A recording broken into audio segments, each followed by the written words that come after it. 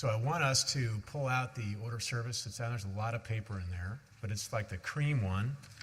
And there is a quote at the top from Rumi.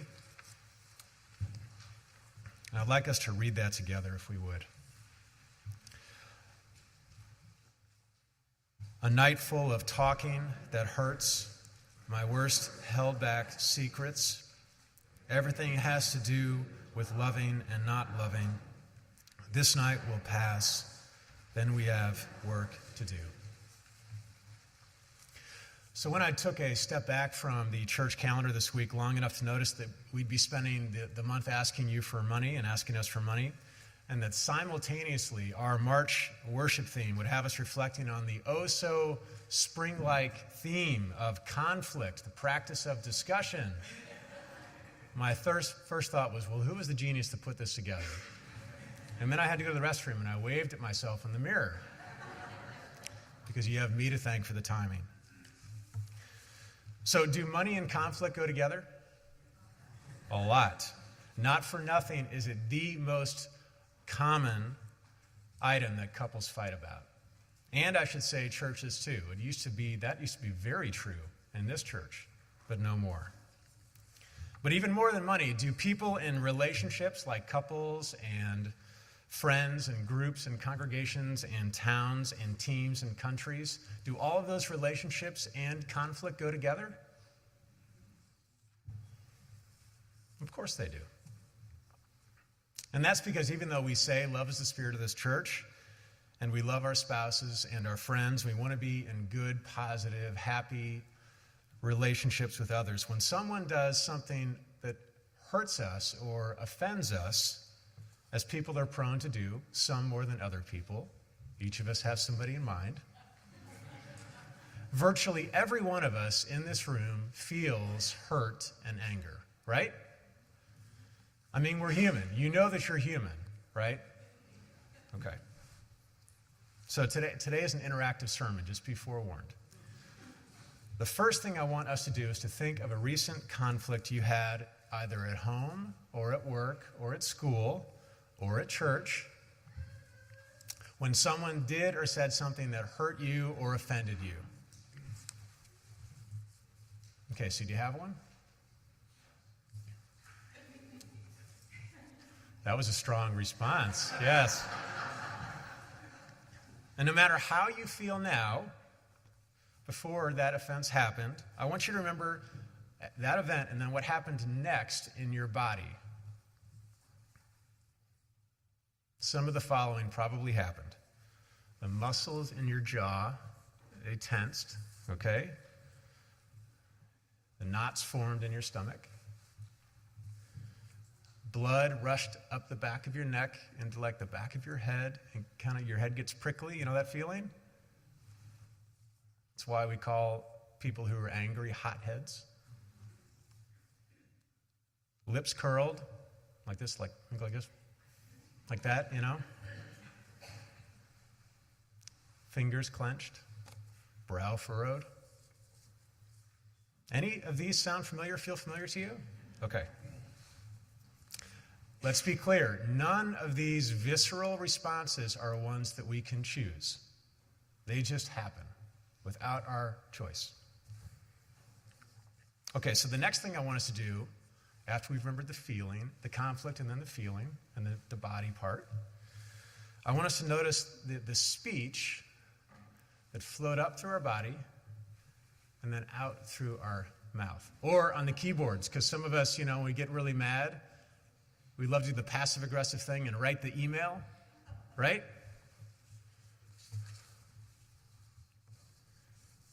So I want us to think of the speech that flowed. So we all have the memory of the speech. Next thing I have to tell you is that I can see thought bubbles. Did you know that? And there are a lot of strong words floating over the tops of our heads. It's one of the ministerial arts that we get trained in at school. Some of the words that I see are jerk, rude, inconsiderate, thoughtless, unfair, redneck, socialist. Or maybe the anger above your head turns inward. Maybe this sounds familiar. I'm such an idiot. I'm a terrible person. I can never do anything right.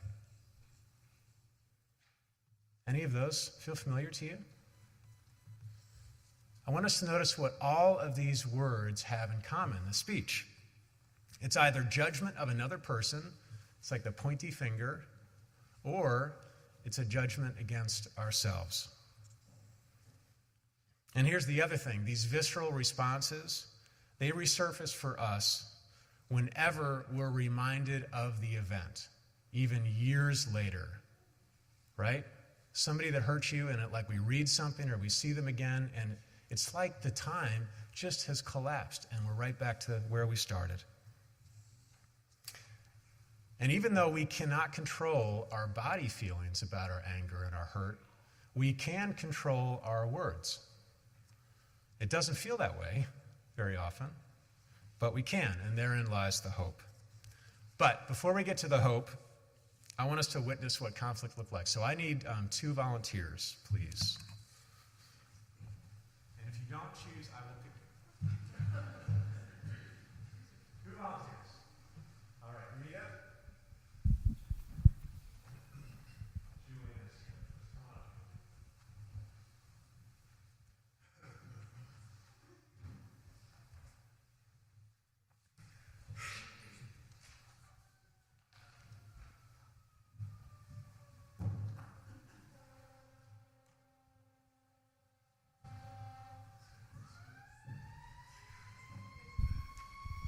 And the siren's on cue because conflict's about to happen, right? Okay, so remember, you got to talk into the microphone, okay? And this is your script. And don't go away because there's a second part to this, all right? Okay. Here's yours.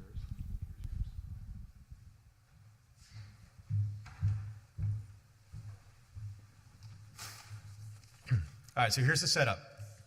Imagine another snowstorm has dumped upon us. And Julian and you, we are all Julian, okay? You drive home in the midst of, am I wrong about that? You're the you. You're not the family member. You're you. So sorry, we're all Rita. Okay. So Rita drives home in the midst of the snowstorm after a long day at work, hoping that someone has thought of her, the frequent shoveler, and shoveled a beautifully square space for her car. And then another beautifully, like a path to the door, okay? But instead, Rita comes home to find a snowbank blocking the driveway and the shovels buried under a fresh layer of snow. The only evidence that someone has been outside are the footprints that lead from the other car to the door.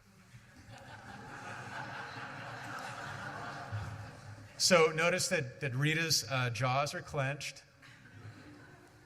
Your lips are curled, and your stomach is knotted, okay? She's not trying to choose her words, but she revs the engine, and she plows up over the snowbank, and then she slams the door, and she trudges up to the door of the house, where she looks into the window, and she finds the family members looking up at her from their pajamas with steaming cups of your favorite beverage, okay? And then Rita says this. Does anyone ever think of anyone but themselves around here? I have been working at the office all day and then spent the last hour and a half commuting home through this storm while you've been home for hours. Couldn't you have at least shoveled a path for me? Couldn't you have given me a little thought? Okay, clench your teeth just so we can all see it. All right, Julian. Can you at least say hi when you walk in the door? We didn't know you were coming home. Why didn't you let us know what you needed? And we could have helped. Oh, so you wanted me to break the law by texting you my location? I shouldn't have to ask. Have you seen how hard the snow is coming down? This family can be so thoughtless. Okay, so there's big, bad curse word thought bubbles floating over Rita's head. Okay. Oh, so now it's our fault that it snowed Really? You know, you have no idea what our day has been like. You didn't even call to check in to see how our day was. So who's the thoughtless one here? Stop trying to put the blame on us and take a look in the mirror. Okay, just go have a seat right there for me, just for a second. The two of you, together.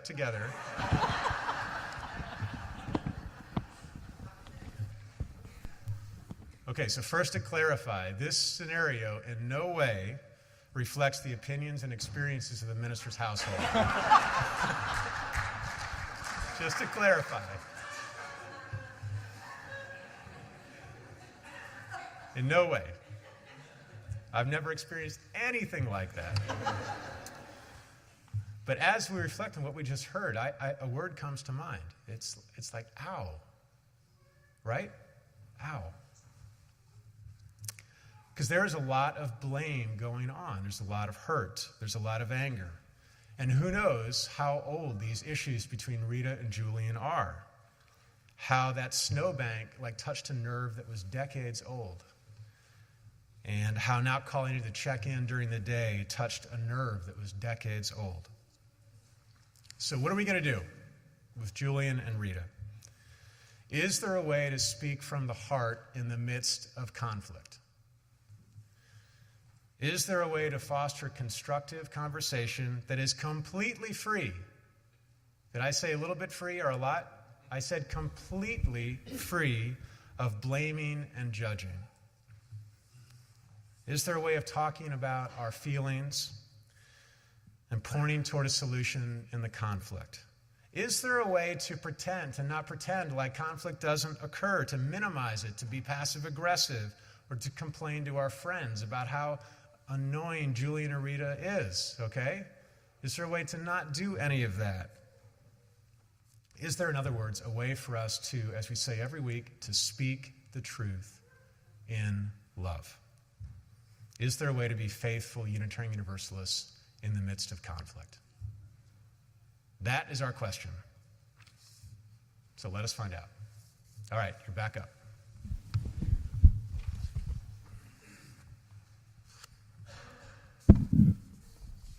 So put your old self back on the pew or the piano, and here is your new self.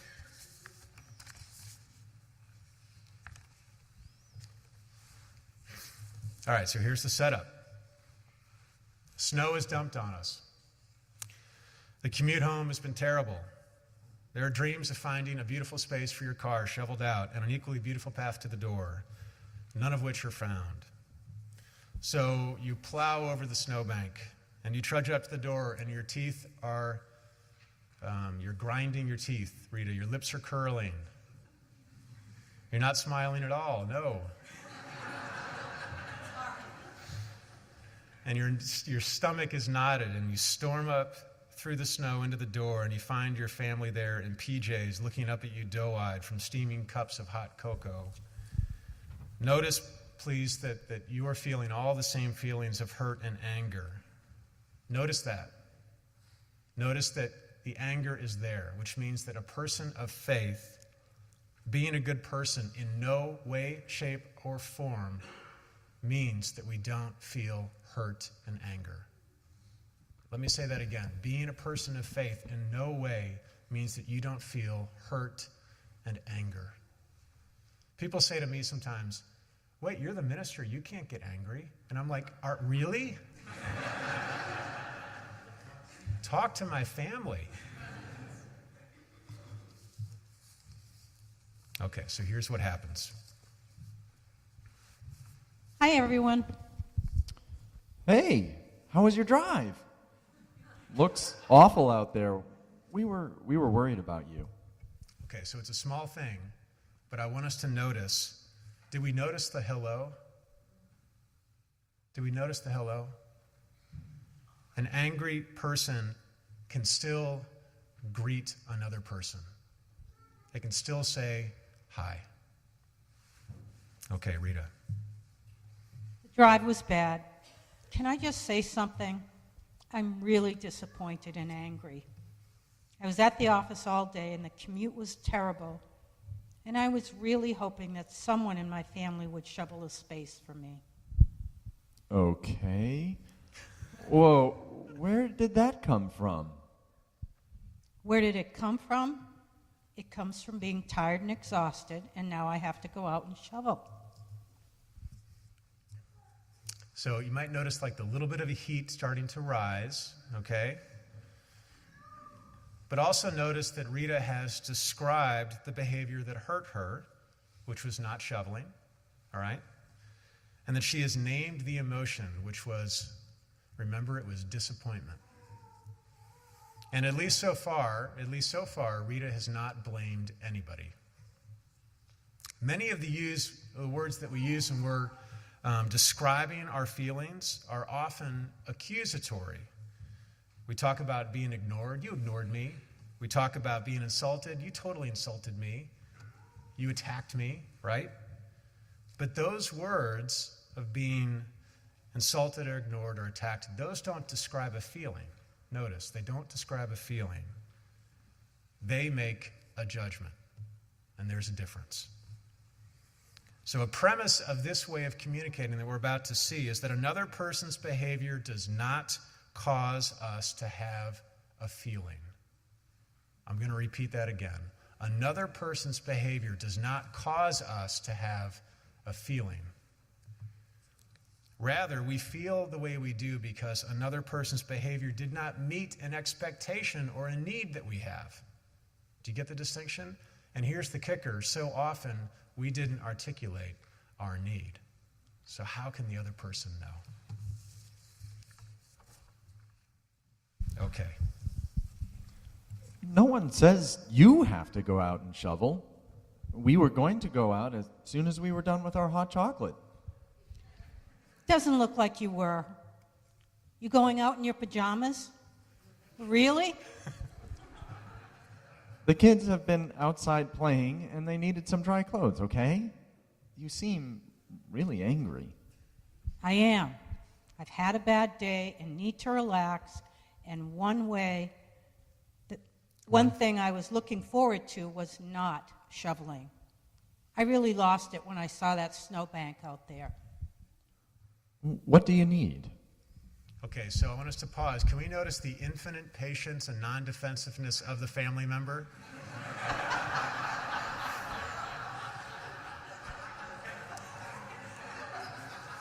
In no way, shape, or form is this my experience of Julian.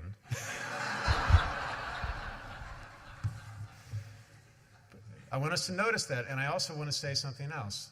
This infinite patience and non-defensiveness is not reserved for clergy, certainly, or saints, or angels, which means that we can do that and be that too. Okay, back to it, Rita. Well, I guess I need to chill. I need my pajamas. I need to not shovel tonight, okay? Okay. And can I make a request too? That when you've had a bad day, and you know you're feeling frustrated and irritated already, can you just let us know? And the next time you need something before you get home, can you ask us? Is that something you can do? Yes, I can. I mean, I'm really going to try. Good.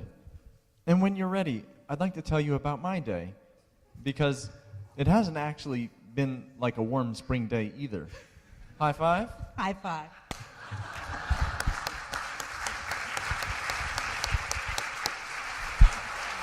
All right, so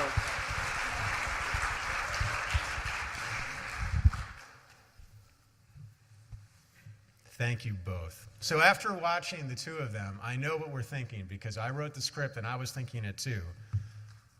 I'm like, no way can I be able to do that. Like, that is impossible. I can't name the behavior that upset me. Didn't shovel the snow, step one. I can't name the emotion I feel when the behavior took place, disappointment and anger. That's step two. I can't do that. I can't name the need that I have that was not met to come home after a long day and relax. Step three. And I can't state in clear, concrete terms what I need the other person to do to let me relax tonight. Can I just not shovel tonight? Step 4. And I can't have the patience and the non-defensiveness of that family member, which is really extra credit maybe. We're thinking we can't do any of that, which of course is why you and I, we also believe in forgiveness. And it's why we call ourselves the church of second chances and third chances and fourth and fifth and sixth, an infinite number of chances to figure out what step we need to be at. Here is why all of this matters, and here's why I wanted us to do this today. Here's what's at stake. You and I live in a violent, conflicted, and quarreling world.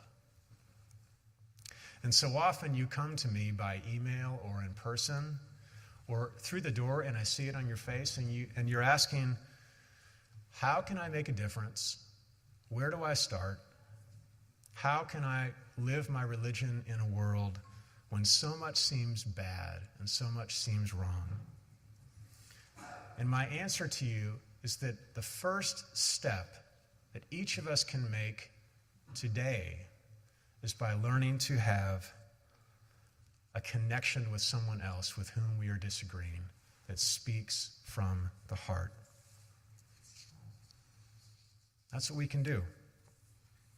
And then we can live that part of our covenant that says, speak the truth in love. This is something that each of us can do today. So here at the end, I want us to remember the conflict that I asked us to think about earlier. Okay? Remember that conflict? So name to yourself right now the behavior that was a problem for you.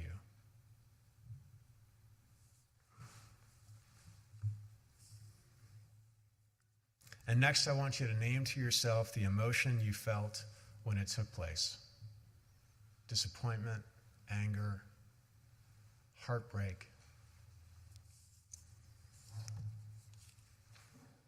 Step 3, I want you to name the need you have that is not being met because of the other person's behavior.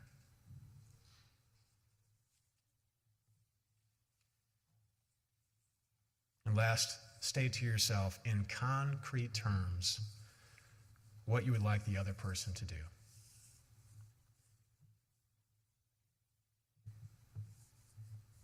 And after you imagine that conversation, I want us to raise our hands high in the air. I want us to raise our hands high in the air, everybody. And I want us to give a high five to that other person. 1, 2, 3, high five.